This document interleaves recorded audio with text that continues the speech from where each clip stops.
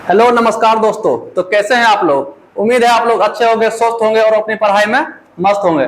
तो दोस्तों एक बार फिर से आरकेएस क्लासेज में आप लोगों का स्वागत है। तो आज हम लोग सीखने वाले हैं संस्कृत पढ़ने का सबसे आसान तरीका। ये उन सभी छात्रों के लिए है जो बिल्कुल नहीं जानते या थोड़ा मोड़ा जानते हैं, उन सभी के लिए है। तो अभी का क्या है कि विद्यार्थी 10th में चला जाता है, जब एग्जाम नजदीक आता है उसके बाद तो उसको पता चलता है कि संस्कृत तो पढ़ना आ ही नहीं रहा, फिर उस एग्जाम कैसे क्वालिफाई करे संस्कृत में। दोस्तों तो ये इसको पढ़ने का सबसे आसान तरीका, बस 2-4 बातें आप याद रखिए और संस्कृत अच्छे से पढ़ने के लिए जान जाइए। जिसमें सबसे पहला बात क्या है दोस्तों, सबसे पहले है संस्कृत चिन्ह। क्या है दोस्तों? तो संस्कृत का चिन्ह। और इस चिन्ह में सबसे पहला जो नंबर आता है वो आता है विसर्ग का। किसका आता है दोस्तों? तो विसर्ग का। विसर्ग का चिन्ह तो आप लोग देख ही रहे, विसर्ग का चिन्ह, ये विसर्ग का चिन्ह है। और ये जो विसर्ग किसी भी शब्द में लग जाता है तो उसका उच्चारण हो जाता है ह। क्या हो जाता है दोस्तों? तो उच्चारण ह हो जाता है। जैसे एक उदाहरण के माध्यम से हम लोग समझने की कोशिश करते हैं। ले लेते हैं बालक। बालक ले लिए दोस्तों, इसमें अगर विसर्ग जोड़ देंगे ये हो जाएगा बालका। क्या हो जाएगा? बालका। देखिए दोस्तों उच्चारण क्या हो रहा है? हाँ, बालका।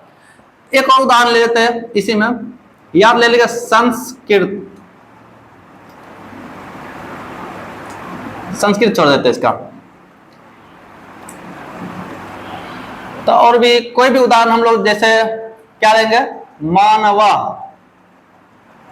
मानव देंगे, विसर्ग दे, क्या हो जाएगा दोस्तों? तो मानवा। इसमें इसका उच्चारण क्या आ जाता है? ह आ जाता है। और अब दूसरे नंबर का जो आता है वो आता है अनुस्वार।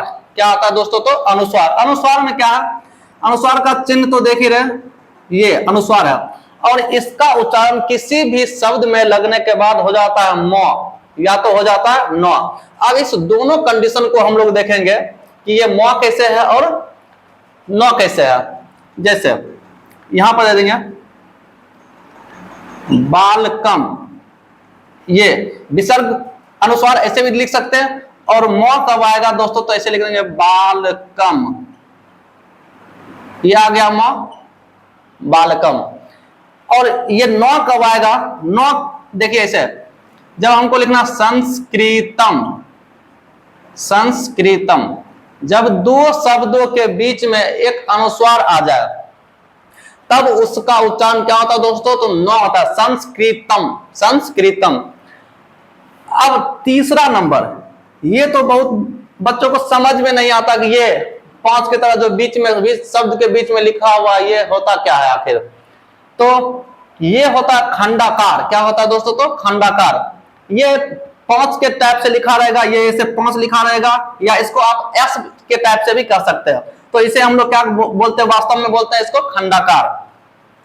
और ये जब खंडाकार किसी शब्द में लगा हुआ रहेगा तो उस शब्द को हम लोग जोरदार शब्द के नाम से जानते हैं। मतलब उस शब्द का उच्चारण किसी वस्तु पर जोर देने के लिए करते हैं, इसलिए इसका उच्चारण जो है हम लोग खंडाकार का किसी जोरदार शब्द, जैसे उदाहरण के माध्यम से हम लोग समझने की कोशिश करते हैं। नमः, खंडाकार शब्द दे देंगे अस्तु। क्या हो जाएगा दोस्तों? नमोस्तु। क्या हो जाएगा? नमोस्तु। एक और उदाहरण देखते हैं, ततो, ये खंडाकार दे देंगे और दे देंगे सी, हो जाएगा ततो सी। क्या हो जाएगा दोस्तों? ततो सी। एकदम पूरा उस पर बल लगा रहे इस शब्द पर, इसलिए हो जाएगा ये ततो सी। अब एक आता अंत में हलंत। दोस्तों इसका जो हलंत होता है इसका संस्कृत में तो महत्व है ही, हिंदी में भी इसका महत्व है। क्यों? क्योंकि यही जो संस्कृत तो हालांकि सभी भाषाओं की जननी है, संस्कृत से ही बाकी सारे जितने भी भाषा हैं सभी भाषाओं का जन्म हुआ है। तो हम लोग इस हलंत को खासकर हिंदी और संस्कृत दोनों भाषा में, दोनों विषय में हम लोग को अच्छे से ध्यान देना होगा। क्योंकि ये जो भाषाई सब्जेक्ट होता है ना, इसमें नंबर कटने का बहुत ज्यादा चांस होता है, इसलिए हम लोग क्या करते हैं, इसको बड़े ही ध्यान से इसको लिखना पड़ता है। हलंत, हलंत क्या? जैसे यहां पर हम लिखे बालका, सॉरी बालक लिखे, तो यहाँ क में दोस्तों क्या आता? क में आता ह, सॉरी अ, क में क्या आता? अ। अगर यहाँ पर आधा क हलंत कर देंगे, अब इसमें क्या है दोस्तों अ, अगर इस हलंत ये अ हटा देंगे पूरा, इसमें मान लो कि इसमें मान लीजिए कि क्या है, इसमें अ छुपा हुआ, अगर इसमें हलंत दे दिए तो इसमें समझ लीजिए क्या छुपा हुआ, अ छुपा हुआ। तो यहाँ पर लिख देंगे बालकम, क्या हो जाएगा दोस्तों, तो बालकम। मान लीजिए एक और उदाहरण, जैसे यहाँ पर देखो संस्कृतम, संस्कृतम, यहाँ तो में अ भी छुपा हुआ, इसी टाइप से हम लोग इसको हलंत। तो दोस्तों ये मुश्किल से ये क्या है, 2 3 4 है, इन चारों को अगर याद रखिए तो आप लोग तो पूरा फराटेदार पढ़ने के लिए संस्कृत भी सीख जाइएगा। और उतना ज्यादा हम लोग सीखने की शायद जरूरत है भी नहीं, हम लोग कब जगते हैं, परीक्षा के टाइम की, जा संस्कृत तो आता ही नहीं, तो कम से कम कितना इसको 70-80 तो चाहिए ही, तो पास करने के लिए तो हमको चाहिए बस 35 to 40। तो हम लोग करते क्या, बस लास्ट में मुश्किल से 1 महीना बचे, 15 दिन बचे, तो हम लोग जगते कि संस्कृत विषय को भी थोड़ा सा देख लिया जाए। तो दोस्तों इसको अगर एक बार आप इस वीडियो को देख लीजिएगा तो आधा समस्या का हल तो ऐसे ही हो जाएगा।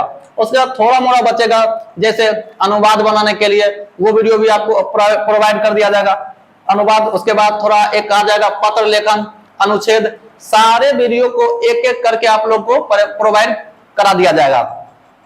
लेकिन सबसे पहले क्या है, इन चारों बातों का ध्यान आप लोगों को हमेशा रखना है, वो कम से कम जब तक आप एग्जाम क्वालिफाई नहीं कर जाते तब तक तो याद रखना ही पड़ेगा, ये तो डेफिनेटली याद रखना ही पड़ेगा।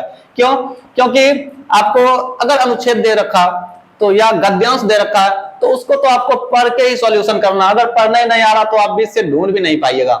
इसलिए इसको बहुत ही अच्छी तरह से इसको एक बार देख लीजिए और घर जाकर एक आध चैप्टर पढ़िए, ताकि इसको पढ़ने के बाद आपको लगे कि हाँ आज हम लोगों ने कुछ सीखा। इसको पढ़िए और जाकर पूरा एग्जाम में पूरा गर्दा मचाइए दोस्तों। तो आज के लिए बस इतना ही, अब मिलते हैं अगले वीडियो में। Thank you.